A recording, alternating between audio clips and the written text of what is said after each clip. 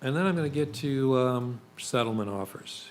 Former President Dave Hempy made the comment, if I'm not mistaken, the last offer that they reduced the offer to us and then came, of course, and then pulled them all off the table about a year and a half. Actually, it was in, after the summary judgment ruling on March 12th of 2025.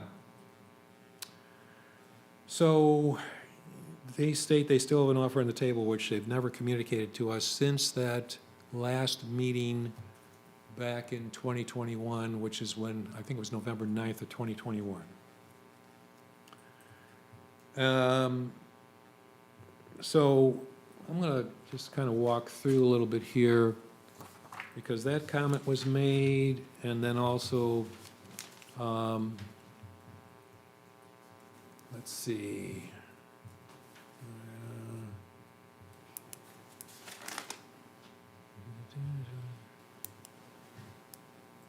Yeah. So the comment was made that,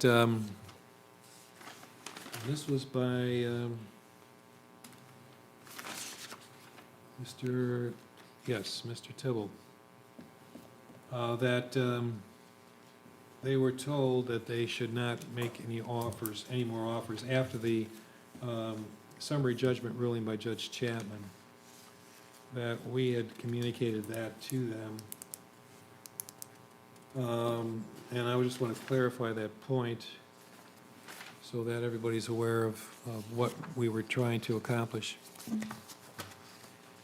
So,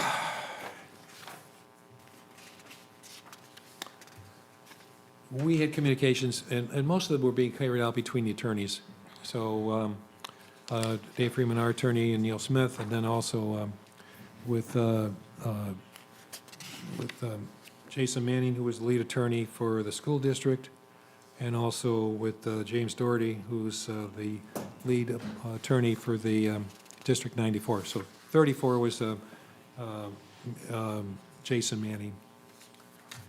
So I'll read this communication that was sent to Jason Manning and James Doherty on March 12th. That was the day after the summary judgment. In light of Judge Chapman's March 11th, 2025 order granting the village's motion for summary judgment and denying the school district's motion for summary judgment, please be advised that the village is hereby rescinding the settlement framework proposed by the village at the March 6th settlement meeting, and that such proposed settlement framework shall be considered null and void and of no future force and effect.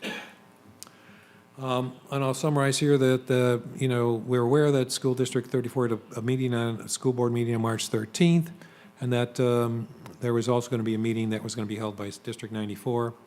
And what we wanted to do is get a response back from them if they were considering either getting back together to, again, see if we can reach a settlement agreement or propose a settlement proposal to the village. Dave ended up by saying, we look forward to hearing from you. That was on March 12th.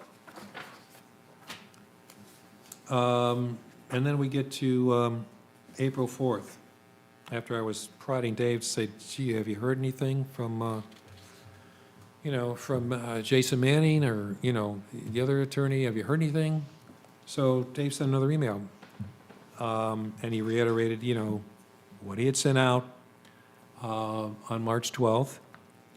And then he also wanted to clarify another thing, because there was an assumption made that perhaps the school district was waiting to see what the results were going to be for the April election, municipal election here, which myself and several other trustees are up for. And he says, given the results of the April 1st election, says Dave to Jason and Jim, it's clear that the residents of the village strongly support the current administration and its efforts to use TIF 2 to develop town center. In that light, it appears to the village that the time to settle this lawsuit is now. While the village recognizes the school districts have the right to appeal Judge Chapman's decision, such an appeal does nothing towards resolving the issues between the village and the school districts and only further delays the economic development of town center. The village therefore asks one more time that the school districts either contact the village with a reasonable settlement offer or agree to another settlement conference. No later than 4 p.m. we gave them a deadline, hoping they would respond to us by April 11th. So we also wanted to let them know that if we don't hear from them by that date, that we will not be in a position to enter into a revenue sharing agreement with the school districts. And again, just prodding them to say, hey, the time to get together is now. So that was April 4th. Let's move on to Friday, April 11th. We get a response from Jim Doherty, who's the representative for D94. So they're now amenable to scheduling another meeting with the village to discuss the possible resolution of the matter. So then we're going to move on from there to just getting a date scheduled. So that process took a while because we were then up to a Monday, April 21st before we had dates. And then the date that was set was, I believe it was May 12th. Yes, it was May 12th for a conference. So, moving on to that, on May 28th, after the settlement conference on May 12th, which, by the way, probably what I need is for, yeah, Dave, if you could get clarification on what came out of that May 12th meeting. Sure. So we were able to schedule a settlement conference with the attorneys for D34 and D94 for May 12th and held that meeting at Jim Doherty's office. We had a discussion, this was just attorneys again, about the status of the case and where we were going and whether or not potentially there was any move towards settling the case. Jim Doherty took the lead during this meeting and was asking a number of questions with regard to the village's position. We made it very clear that we were not authorized to settle the case at that point in time.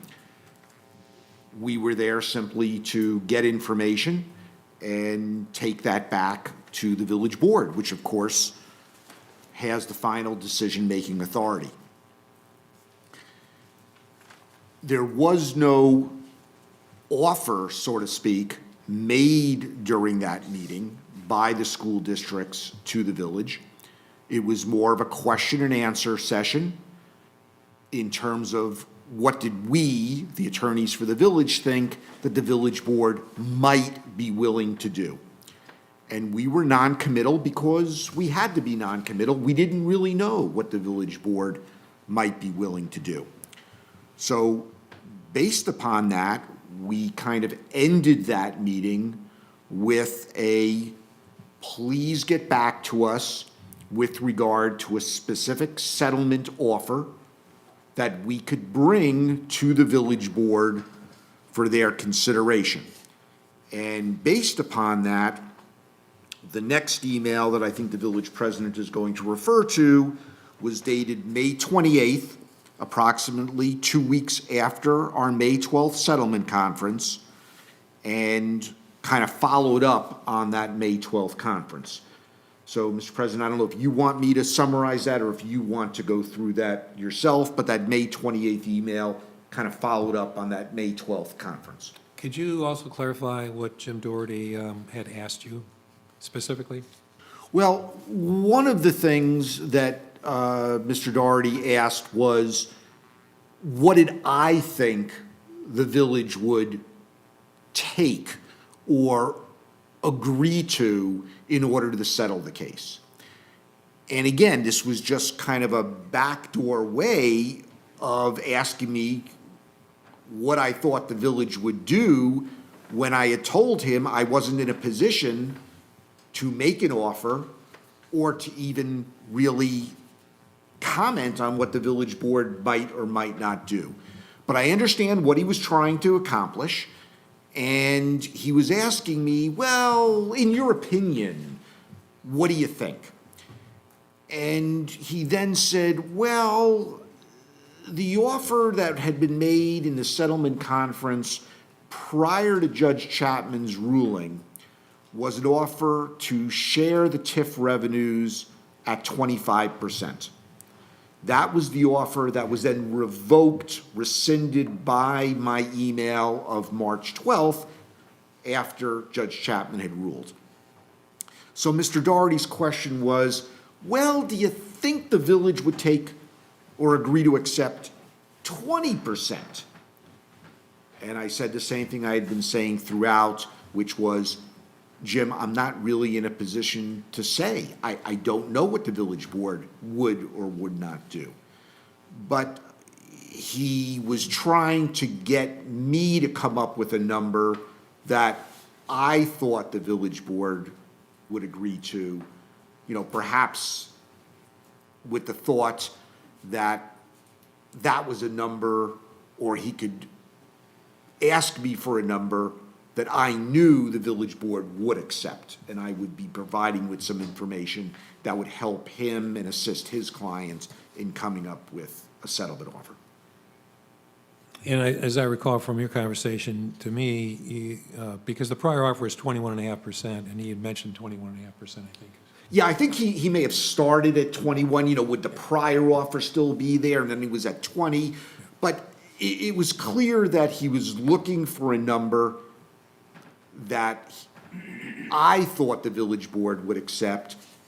He knew that that 25% number was off the table, but he was hoping that I would say, the prior offer that we had made of 20 to 21%, which I believe was in January of 25, Yep. would still be acceptable to the village. But again, both Neil Smith and I, Neil was there with me, we're non-committal. We just didn't have the authority to say that, and we couldn't, because we truly didn't know what the village board was thinking about that, because we hadn't discussed it. We didn't have an offer on the table to bring back to discuss, so we didn't know your position. So in that email that Dave sent back to Jason and Jim on May 28th, it said, I'm following up on our settlement conference of May 12th. The D34 board met on May 22nd, and the D94 board met on May 27th. Do you have any update with regard to a settlement offer? Please advise Neil and I no later than 12 noon this coming Friday, May 30th. Whether your clients have a settlement offer, and if so, the terms of such offer. If we can get your client's settlement offer by that time, we will have time to review that offer with the village president and interim village manager, and then provide that information to the village board as part of their June 5th board meeting information. In that way, the village board will be able to discuss any proposed settlement offer at the June 5th board meeting. Thank you. So moving on from now, May 30th. Jason Manning's response. Remember, he's the attorney for D34. This is on May 30th. Dave, we are continuing to discuss a revised settlement offer with our clients, and we'll be meeting with our folks again next week on this topic. We will be in touch again next week with an update. Regards, Jason.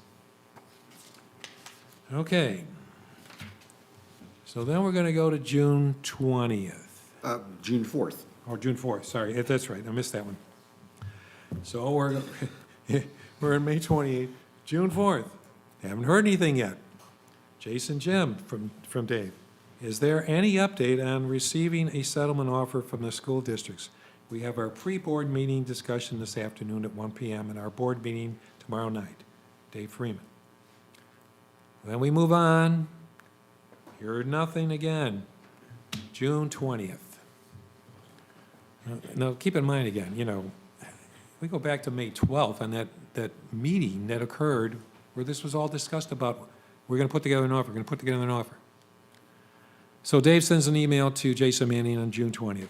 Jason, I was advised that reference was made at D34's June 19th school board meeting that D34 had made a settlement offer to the village and that D34 was waiting for a response. Jason, I have requested on several occasions since our May 12th settlement conference whether the school districts have a settlement offer to make to the village. To date, I have not received anything from either school district. Am I missing something? Did you or D94 send a settlement offer since May 12th? If so, please resend such offer to me upon receipt of this email. Please let me know if you have any questions. Thank you, Dave Freeman. So Dave, did you ever receive anything after that email to Mr. Manning on June 20th? No, I did not, and that was the last email that I sent to the school district attorneys on that subject. In fact, I believe, my recollection is, after that, the village board here instructed me to stop asking the same question over and over again. But the answer is no, I never received anything after June 20th. In fact, to date, I have not received anything. So I'm going to just mention, this comment was made by Vice President Tibble at that meeting last week. Immediately after the summary judgment ruling, the village's council contacted the school district council and withdrew all offers and said, "We are not to make any more offers." Was any comment like that ever transmitted in writing, verbally, or so on to either Mr. Manning or to the attorney for District 94? No, it was not. And at the risk of prolonging this, I'll just read again my March 12th email, which is the email that is being referenced by the school district. In light of Judge Chapman's March 11th, 2025 order granting the village's motion for summary judgment and denying the school district's motion for summary judgment, please be advised that the village is hereby rescinding the settlement framework proposed by the village at the March 6, 2025 settlement meeting, and that such proposed settlement framework shall be considered null and void and of no further force or effect, period. So the rescission, the revocation of the offer, absolutely right. Then this email goes on to say, the village is aware that School District 34 has scheduled a special board meeting for March 13th, 2025. And in light of the current status of the case, we look forward to receiving a more reasonable settlement proposal from the school districts no later than noon next Thursday, March 20th, the day the village board next meets. The time to move beyond this litigation is now, and the decision of whether to settle this litigation or take a chance on appeal is up to the school districts. We look forward to hearing from you. There was never any communication, either in writing or verbally, that said to the school districts, don't bother talking to us again. And I can tell the members of this board and the residents of the village, I've been practicing for, well, a long time. And I would never say such a thing because it's my obligation to bring an offer to this board. And I would never tell another party, don't make an offer, because you never know what that offer might be. It might be, as they say, too good to pass up. So the answer for the third time, Mr. President, is no, I never said that. And we And brought neither up did in Neil this meeting Smith. multiple times, meeting after meeting, that we were waiting to hear from them, and you shared with us that you continue to reach out, and we said publicly, so outside of emails that few people see, we said in front of everybody over and over and over again, we're waiting for an offer. Stop ignoring us, and they still did. Yeah, and I'll just read this one more time again. This is Friday, May 30th, May 30th, 2025, from Jason T. Manning. Dave, we are continuing to discuss a revised settlement offer with our clients, meaning School District 34 and School District 94. And we'll be meeting with our folks again next week on this topic. We will be in touch again next week with an update. Regards, Jason. And Dave never got an update. He never got a response. So, again, it's unfortunate I have to go through this process of pointing these things out, but it's key to let our residents know that when some statements that are being made that are not accurate or are not truthful, that we need to be able to address those for our community.